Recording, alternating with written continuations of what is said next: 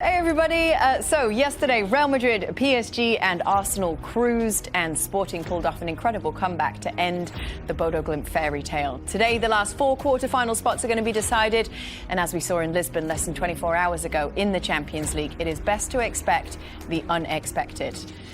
There is certainly no place like Anfield on a European night. The Reds return home to Merseyside, needing to overturn a 1-goal deficit. For Galatasaray, it's a chance to reach the quarter-finals for the first time in 13 years. Big Map confirms that it's another busy Champions League night in England, in North London. There's not many who gave Tottenham much of a chance to turn things around against Atleti. Over at Anfield, there's more Premier League jeopardy. Liverpool are 1 goal down to Galatasaray. In Germany, Atalanta played for pride against Bayern Munich. And in Spain, in the day's early game, it was honours even between Barcelona and Newcastle. That game is already underway. It's been just incredible. Hello, welcome along, everyone, to our Champions League studio. I'm Kate Scott. Thierry Henry has won everything in football. Clint is the best player in US history. Hey, can I interrupt you? And yeah. Can you allow me to be you and Carragher? Sure. To do the introduction. Okay, Micah's terrified. No, can I? Yeah, sure, go for it. So we have here Clint Dempsey, right? US soccer, royalty. Yes. And I wanted to say something about Clint, ladies and gentlemen, is that the human being is way better than the player. And that is a statement for me. My man. And then on the other side over there, yes, we have Micah Richards. Woo. Say me the chest. No, Slim Meeks. My lips are big enough. I don't need to put my chest in there. No, joking aside, a.k.a. Big Mix, a.k.a. now? Slim Meeks. Slim Mix. But I wanted to say something to you, because yesterday I couldn't do it, because it was Casper's moment. And, yesterday you made me realize something and actually relate. And I wanted to do that face to face. So at the end of my career, as you know, because you know that, Micah, I played 10 years with extreme pain with my Achilles, both sides. But I could finish my career on my terms. And you couldn't do that. So I have the utmost respect for you for dealing with that. I don't know how you dealt with that mentally. And yet you're always sitting here happy, lifting the spirit of everybody and making everyone happy. No, I'm being honest. And so, I'm kind of looking at it, and I just wanted to tell you that because we don't take you for granted. No, seriously, I wanted you to know that, because sometimes you might think that you're not being seen, and we see you. And I have to say that now you are in my hero bracket. And for a very long time, my favorite person, as you always say, who's my favorite person on the show, was Chloe. And for those who don't know Chloe is the girl that helps me to do the analysis, and she does it ever so well. And I'm sure she won't mind me saying that. You are my favorite on this show. Ooh. I'll tell you that. You got me all emotional. I don't know where to go. Where did it go from being king? What I'm talking about. Oh my gosh. Don't cry now. Hey, she's your favorite. Hey, you want to sit here? So, sorry, can we... Oh my Lord. Can we pick up on that? Because I know briefly your story, but I don't really know the depths of your story. So what was your situation? I mean, TT summed it up perfectly. I mean, I'm a positive person. And at the time I was struggling, emotionally, mentally and all that sort of thing. But I just tried to see the positives in life. And that's what I like to do, uplift people. How old were you when you got that news? I had my first operation when I was like 17, 18, and then it carried on for all my career. But then I retired. My last game was when I was 29. But what was the point that forced you into retirement then? When I was basically draining fluid from my knee every 3 days. And yeah, I knew. And the doctor was saying to me, you're not going to be able to run around with your kids when you get older, so you need to be careful. I didn't listen to him. I kept doing it because I just love football so much. And then I officially retired when I was 31, but my last game was when I was 29. Did you? No, I just want to know, because you see you're still smiling there, which I appreciate. But really, when you knew you had to stop, and knowing what you could have done, because you smelled it, you touch it, you've done it, and you have to stop.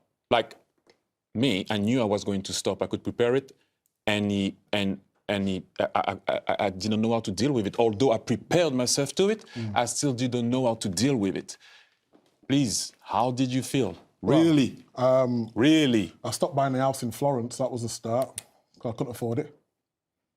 He's asking you a serious question. Come on. You can't have a moment with this guy. Be serious. No. How did I feel? At the time, I was devastated, but it was one of those things where, with me, say I'm glass half full always.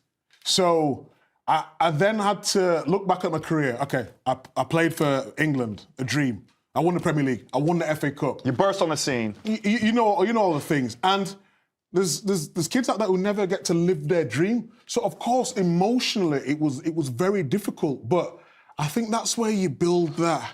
I don't know. That stealing within yourself. You know what I mean? And it's hard. I've talked about it many times before. No joke, because we all do that. If you find yourself in a situation where you don't, when you only have one choice, then you don't have the choice. That's the only thing you have, and you don't have. If you have one choice, then you don't have the choice. Okay, we all have to. In survival mode, you survive. Yeah.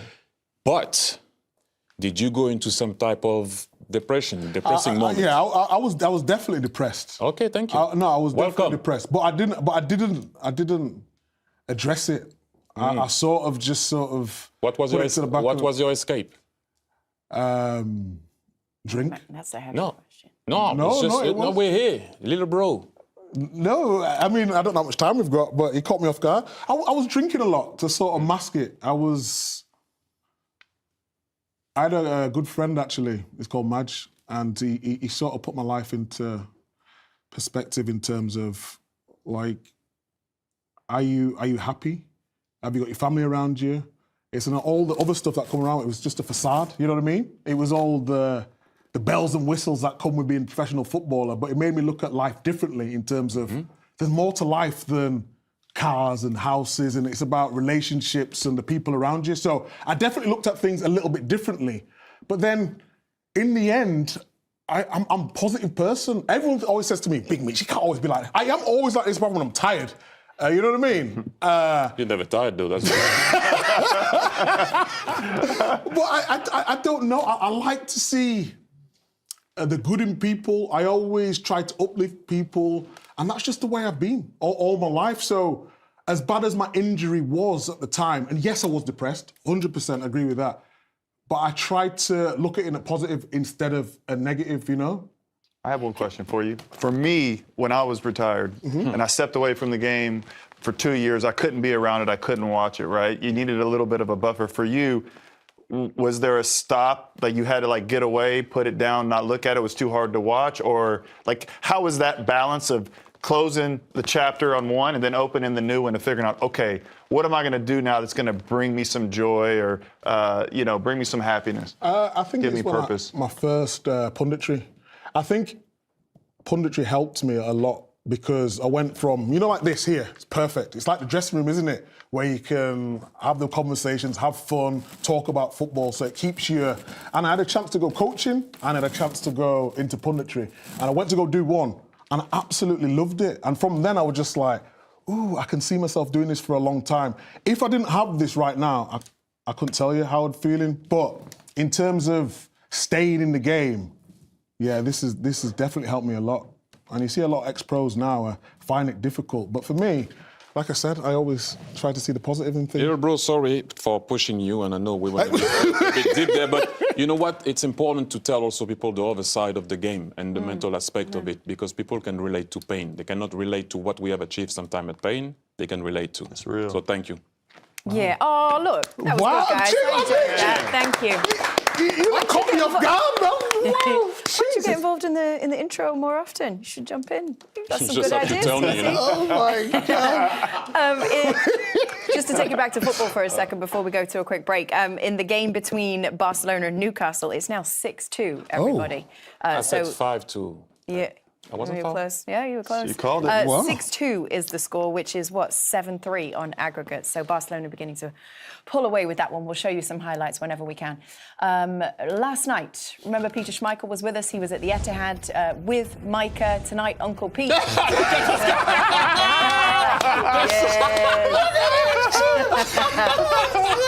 He's at Anfield with Jamie. We're going to hear from them both in just a minute. Oh my gosh. Last week it was a challenging night, wasn't it, for Jamie's Reds in Istanbul, but they come home only 1 goal down, and as always, Anfield is ready to inspire them to a big comeback. We're going to talk about Liverpool against Galatasaray after this break. So Liverpool are back at home tonight. In reality, it's only 1-0 down at half-time. Let's head over to Anfield. Peter Schmeichel is there with Liverpool legend, our friend Jamie Carragher. Peter, I'm interested because you had Micah with you at Manchester City yesterday. You got Jamie with you at Anfield, both of them trying to do a job in the second legs. On the Richter scale of nervousness, how do they compare? Well, Micah did really well yesterday. It took him some time to sort of get into it, and obviously, you know, he stood here looking into a camera lens there, but right behind you got fans, and they're talking to you, they're asking you questions. But once he got to grips with it, it was brilliant. I don't know about you, you seem quite calm, a little bit sort of, oh, this is going to be a breeze. Is it going to be a breeze today? No, listen, I still... Not for Liverpool, for you. Oh, listen, I'll be absolutely fine. The reason I'll be absolutely fine is because when I come on the road with Uncle Pete, and I think he needs someone with him, because every time I'm with him, he ends up coming late. I'm always there early, and that's why I'm nice and cool. I'm not flustered. I get here with plenty of time, and he strolls up 5 minutes before. I like that. Listen, I always want to come early. I'm Do you?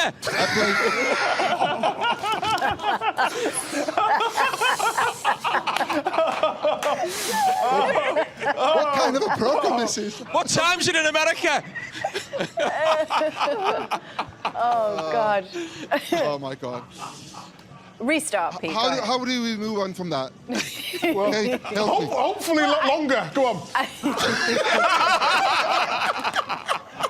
I got a question for you, Pete. Because if you're our uncle, then I guess Casper is our cousin by default. So where is he tonight? Is he with us? Casper's with us, yeah. Is he? He's here. Yeah, I'm here, mortified next to him at the moment. Cheers for that. That was lovely. Casper, I'm here. on a serious note, you shared some heartfelt news with us and with the world yesterday. I guess I'm wondering, were you anxious about the reaction, and how was the reaction to that news, and how do you feel about doing that 24 hours on? Yeah, it was one of those things. I think I just wanted to get it out there because there's been so many questions, and you know, people keep asking. People are nice, you know. They ask if you're all right, and I think it was just good to get it out there. And people have had, a great reaction. I've had, I will get back to everyone. My phone has been on fire, so people have been very, very nice. Very good. Glad to hear it. OK, well, it was good to see you. Peter, you'll recover, don't worry. Show moves on. Good to see you all. See you in a bit. Oh, my gosh. How did we get away with it? Let's look in real quick live on the early game, which is where we'll then play the winners of Atletico against Tottenham. Atletico, remember, with that 3-goal advantage from the first leg. It is tonight just a massive night on Merseyside. Liverpool have been eliminated, remember, in the Champions League round of 16 for 2 straight seasons. They do not want that to become 3. Stay with us. We're going to bring you much more after a very short break.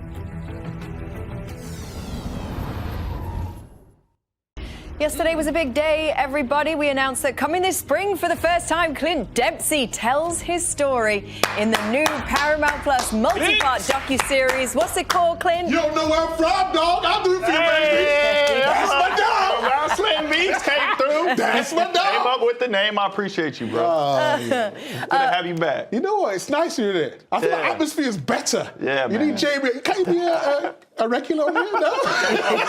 I'm trying to tap you. Hey, you know, I don't know enough about football to be here all the time, so. Yeah, but you got the name. I'm here for a good time, not a long time, so appreciate you having me.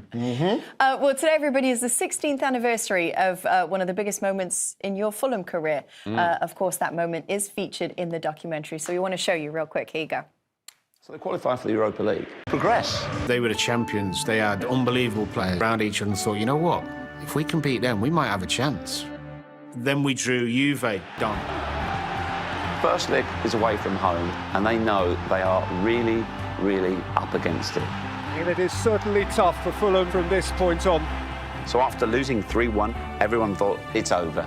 Been fun, but thanks a lot. Just a nuisance, really. Can do this. They had some. Worst possible start. David Trezeguet. As near nil as makes no difference. Performance from so many people in the team that played. Here against the third, could they?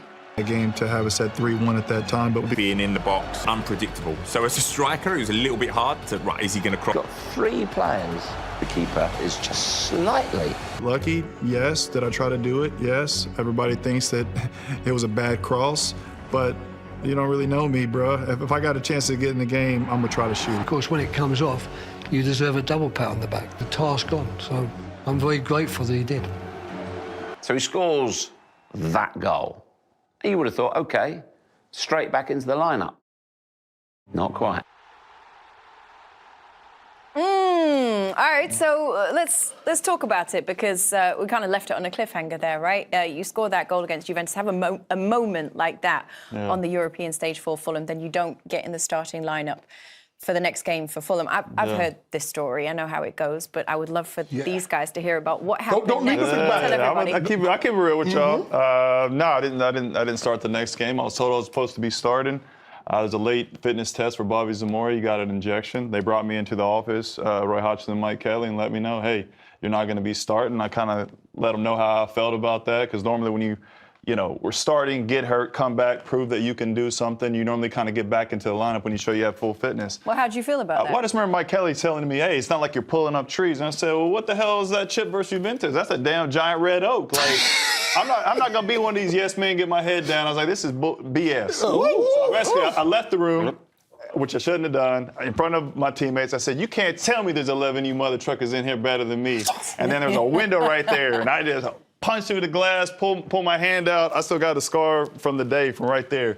Damn. And I went to Dixon and Tuhu. I said, look what these mother truckers made me do, bro. I got stitched up, wrapped my hand, was a sub, came on, got a hockey assist, played the ball to Danny Murphy, who played it to Simon Davies. We scored. We go to the final. That's right, Clint. I had to get surgery the next day, but it's something it shouldn't have happened. But hey, after 3 coaches always being put on the bench, I mean, I had a little bit of a temper. Sounds like you're over it. Yeah, I moved past it. So good. So good. You told that story so well. I mean, anything else you missed out? What I missed? I'm asking you. Nah, nothing at all? No, what you got on me? I know you got something up your sleeve. Did you have a little talk with a player, or did you have a moment that you're not mentioning in the story? Don't worry, this is not for... Well, right now it is for... No? No, remind me. No. If you don't know, it's okay. Have a little what? A moment in the dressing room. That's what I'm saying. I punched the window. Dixon Atuhu told me something different. What do you mean? What did he say? What did Dixon say? That's what I'm saying. I remember I punched the window, pulled my hand out, was bleeding everywhere, went and saw him in the treatment room. What did you say to him in the treatment room? I said, look what these mother truckers made me do. You said he was not going to play for the club again. Oh, yeah, I probably said that. I probably said that. I said, I'm out of here. I'm tired of this. Oh, man. All right, everybody. Well, the documentary comes out in spring. We can't wait. You have to make sure you watch that one. Tonight at Anfield, there's tension, there's high stakes. It doesn't feel like we've got that same level of jeopardy in our other 2 games. Atletico Madrid against Clint's old team Spurs, his other old team, and Bayern Munich play Atalanta. Both Atleti and Bayern looking to put an exclamation point on their big leads from those first legs. We're going to bring you more on those games in just a second. Stay with us.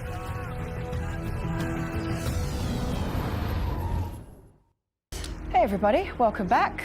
Welcome back. Bayern Munich, they ran rampant in Bergamo last week against Atletico. You know, it's kind of been Groundhog's Day in terms of the last 2 seasons, but this year You know, being in a relegation battle is not what anybody had thought, especially after them winning the Europa League. You think they're going to push on and get stronger, gain some confidence from that. But it seems like there's been too many changes with the managers. There's been injuries and stuff like that. So hopefully they can get back, avoid relegation, and get back to the top half of the table, and, you know, maybe even get to pushing for Champions League spots again. So, yeah. That's, like I said, tough That's game. That's long-term hope. Tough game to prepare for. It can hope, Kate. Yeah, Don't push a man's dreams. Come on I'm now. letting you hope.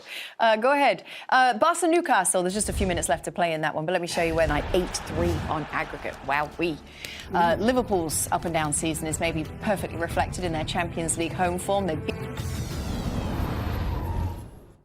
everybody. Well, hey there, everybody. Last week's first legs, we can't do it every segment. Yeah, that's what I'm saying. Now. It's too much. You can, it's not too much. Give the people what they want. In last week's first legs, we want to talk about how the fact that we saw the perils of goalkeepers getting it wrong, I guess you could say, and then when they're playing out from the back. Let's bring in one of our resident goalkeepers. Rob Green is at Anfield for us tonight. Yes, Rob. Welcome Bring it home, in. baby. I love it. Rob, what are the best keepers in the game looking to do, and how do they get it right?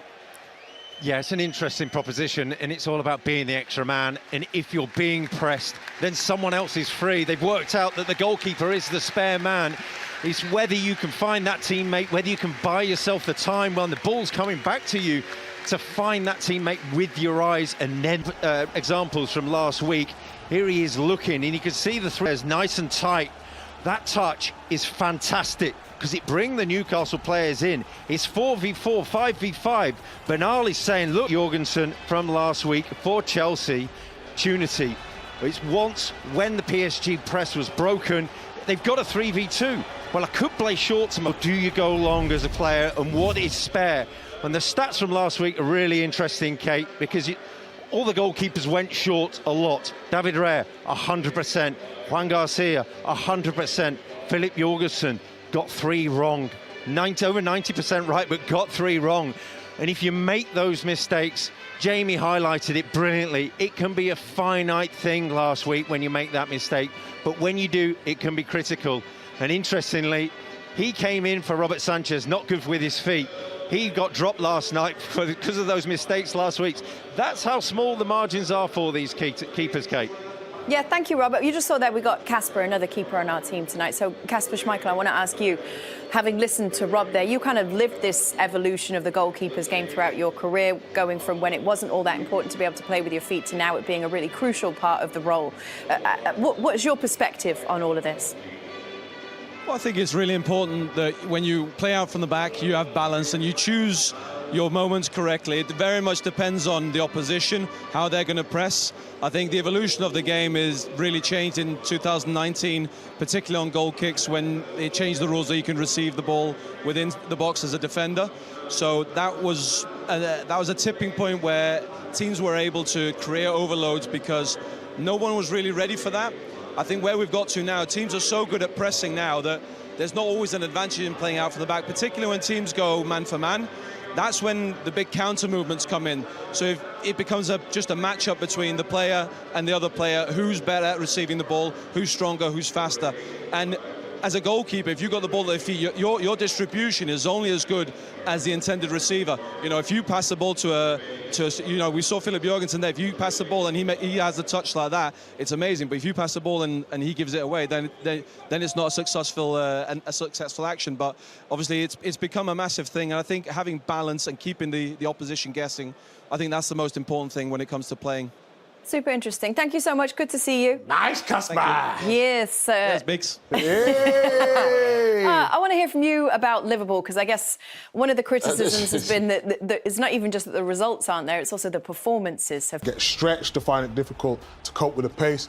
And also individual errors. So as we run on here, this game was perfect for Liverpool. What they did in that first 20 minutes was absolutely brilliant. They was really aggressive, really high, and then they should have scored.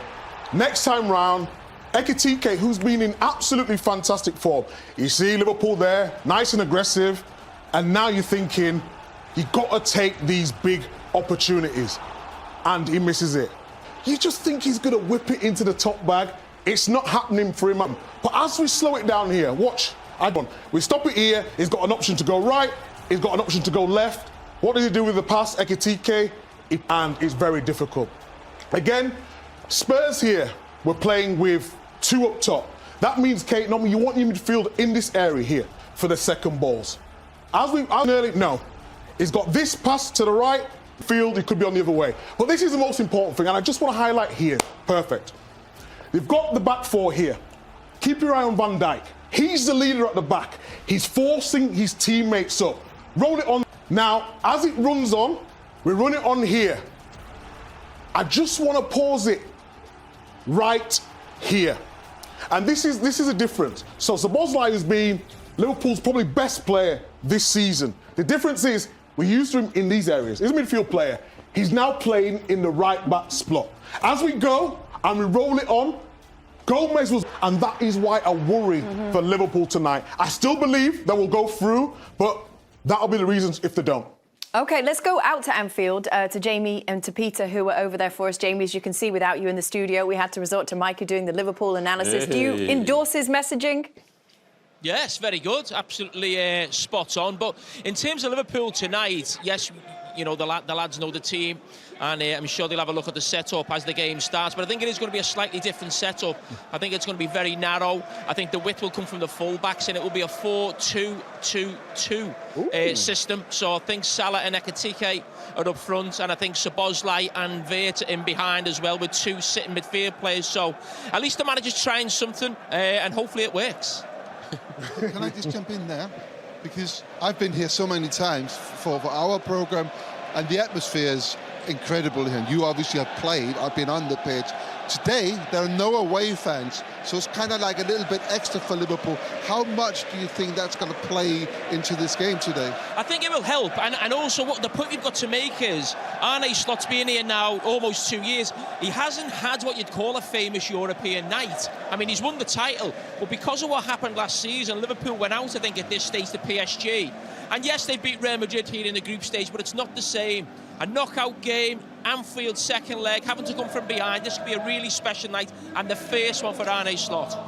When we did our brackets, you said 98% sure we're going to beat Galatasaray. Yeah. What's that percentage today? You know what? It's bouncing in here now, 100%. We're going through. It's happening. Yeah, it's good to see you enjoy the game. Yeah, we heard it. Let's talk about Victor Osimhen, player we all enjoy watching, TT. Yes, I do. And you know what? Again, no disrespect to Galatasaray. Galatasaray is a massive club. We all know that. But I was surprised that last year no one really went for him, and everyone obviously was talking about Gyökeres, Šeško, and Isaac. And I don't know why clubs, they should be happy to have him, and I know they're happy to have him, especially when we saw what they did for him the other day with the Tifo. So if they want to go through, he's going to have, again, a good game. Well, everybody, I can tell you that the final whistle has gone at the Camp Nou. Barcelona thrashing, ultimately, Newcastle 7-2 to advance to the quarter-finals. So, at the moment, there is only one Premier League team, Arsenal, in the last 8. Can Liverpool or even Spurs maybe join them? We are about to find out. Kickoffs are coming up next. Well, last night, our commentary team, Clive Tilsley and Rob Green, were at the Etihad. Tonight, they are at Anfield for us for Liverpool against Galatasaray. Hello, oh, sorry. Hello, guys. There you are. You know, Kate, the idea of the fans as a 12th is nothing new. We know all about the Seahawks fans at Lumen Field. Rob Green's played here many times before. Well, it must have felt like the Kop are an intimidating 12th man. But on Sunday, Liverpool were booed off the field here. Who is Anfield intimidating for tonight? Yeah, it's a moment, isn't it? It's an interesting one, Clive. I think tonight is a massive, massive night for those moments. And as a player, you sense it, you feel it, you know within that moment that the crowd is turning. It doesn't happen often. I think that's... Hey everybody, welcome to the Halftime Report presented by Heineken. We all love it. It's so good to have you with us, Kate, Thierry, Clint and Micah here. Let's go straight into the highlights from the game between Liverpool and Galatasaray. Liverpool levelling up. All right, thank you. Let's take you out to Anfield and Jamie Carragher. Jamie, do you agree with what Micah was saying there about Liverpool not taking their chances and needing to? Yeah, that's obvious. Liverpool have been fantastic in the first half. A proper Liverpool European performance at home, and the only thing they're lacking is a few more goals. I think Szoboszlai and Ekitike have been fantastic, but unfortunately Salah and Florian Wirtz just haven't had the shooting boots on, and hopefully they'll put the right boots on at half-time and Liverpool will go on to win this comfortably. What percentage are you on now, Jamie? 110. Oh, okay. Thank you, Jamie. Good to see you. We'll see you again in a bit. So there's a couple of other games that are in the break as well. Bayern Munich, remember, pretty much had it wrapped up from the first in those quarterfinals at this point. Tottenham 1-0 up on the night, which means they narrowed that gap on aggregate to just a 2-goal gap, 5-3 down overall across the two legs. So maybe Spurs can make a game of this one. We'll be back in just a sec.